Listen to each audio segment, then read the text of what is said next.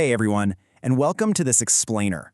Today, we're unpacking something genuinely fascinating, Switzerland's newly adopted America strategy for 2026 to 2029.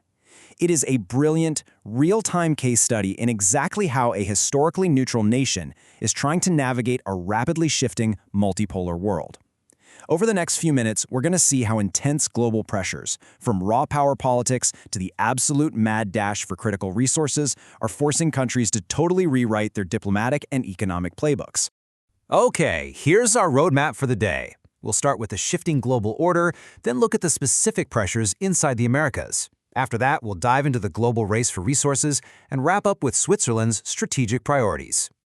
Just think about the sheer scale of the region we're talking about for a second. We are looking at a massive hemisphere that's home to over 1 billion people. It generates nearly a third of the entire global GDP and holds absolutely exceptional ecological importance. The immense economic and biological weight of this region really sets the stage for everything we are about to discuss today.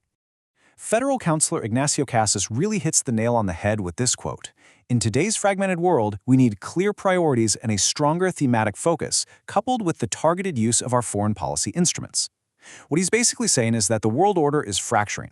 Relying on shared rules and multilateral cooperation, well, that's getting a lot harder. For a country to thrive right now, just showing up is no longer enough. You need incredibly targeted priorities.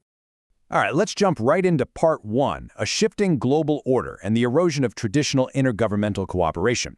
We're entering an era where raw power politics is increasingly overriding established international law. If you want to understand this shift, just look at the two biggest players. The U.S. is operating heavily under an America First doctrine right now. They're stepping back from some traditional global leadership roles to focus intensely on national security and more transactional relations. Meanwhile, China has swooped right in to fill that gap. They've rapidly overtaken the U.S. as the leading trading partner for a lot of South American nations, and they are heavily financing regional infrastructure like the massive port of Chancay in Peru. So what does this mean for everyone else? Well, these power shifts create massive ripple effects, and the region is actively being squeezed. You've got the U.S. selectively withdrawing from established multilateral agreements like the Paris Climate Agreement.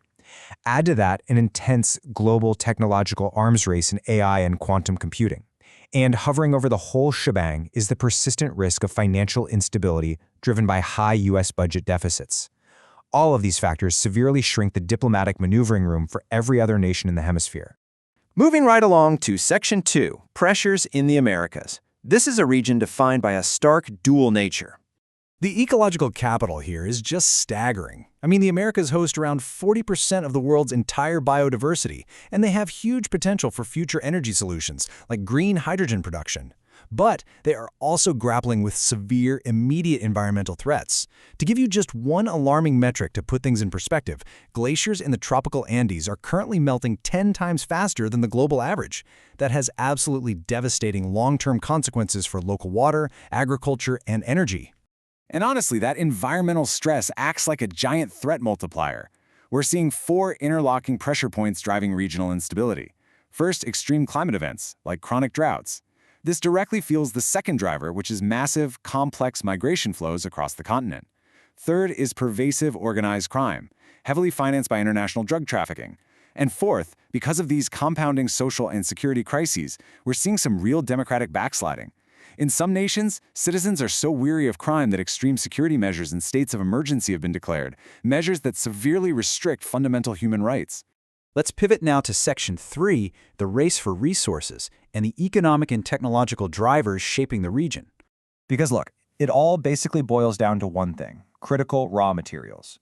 These are the natural resources that literally make green technologies, high-performance computing, and our modern digital infrastructure possible. And global demand? It's skyrocketing. The International Energy Agency is forecasting a staggering 50% increase in global copper demand and an unbelievable 8-fold increase for lithium by the year 2040. And the Americas are the undisputed engine for these future technologies.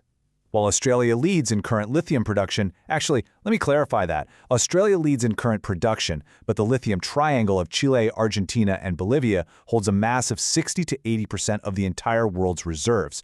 Plus, the Americas also hold around 40% of all global copper reserves. But, and there's always a but, right? Extracting the raw materials is only half the battle. Processing them is where the real strategic bottleneck lies.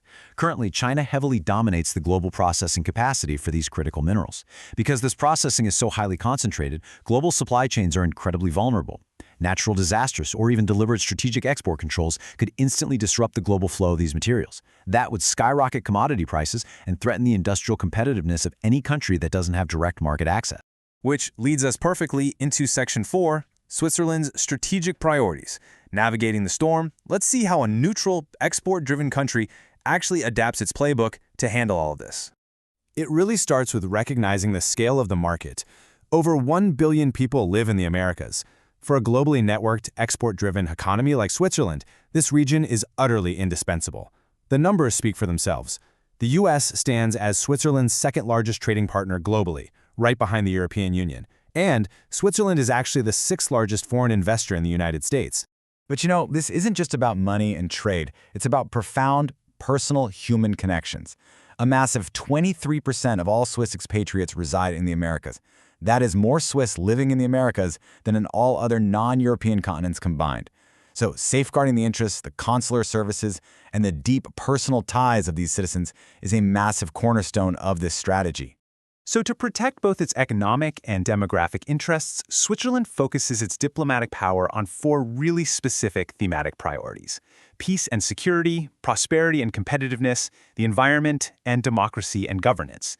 Switzerland leverages its unique reputation for discretion and neutrality to offer what are known as good offices. This means acting as a protecting power, like representing U.S. interests in Iran or vice versa, and actively supporting complex peace processes, like the ongoing efforts in Colombia. Of course, resources are finite. You can't be everywhere at once. While they maintain a broad network across the region to support Swiss citizens, the 2026 to 2029 strategy explicitly prioritizes relations with the non-European G20 states, Argentina, Brazil, Canada, Mexico, and the United States. By focusing heavily on these geopolitical heavyweights, Switzerland aims to maximize its diplomatic impact, especially when it comes to regulated international trade, environmental protection, and regional security. While we've covered a ton of ground today, from the shifting power dynamics of the US and China to ecological vulnerabilities and the intense race for critical raw materials, as you digest this explainer, I want to leave you with one big, provocative question to chew on. In an era where power politics increasingly overrides international law and global superpowers are demanding strict allegiances, can Switzerland's carefully balanced multilateral approach truly withstand the immense pressures of our new global reality? Thank you so much for joining me, and keep exploring.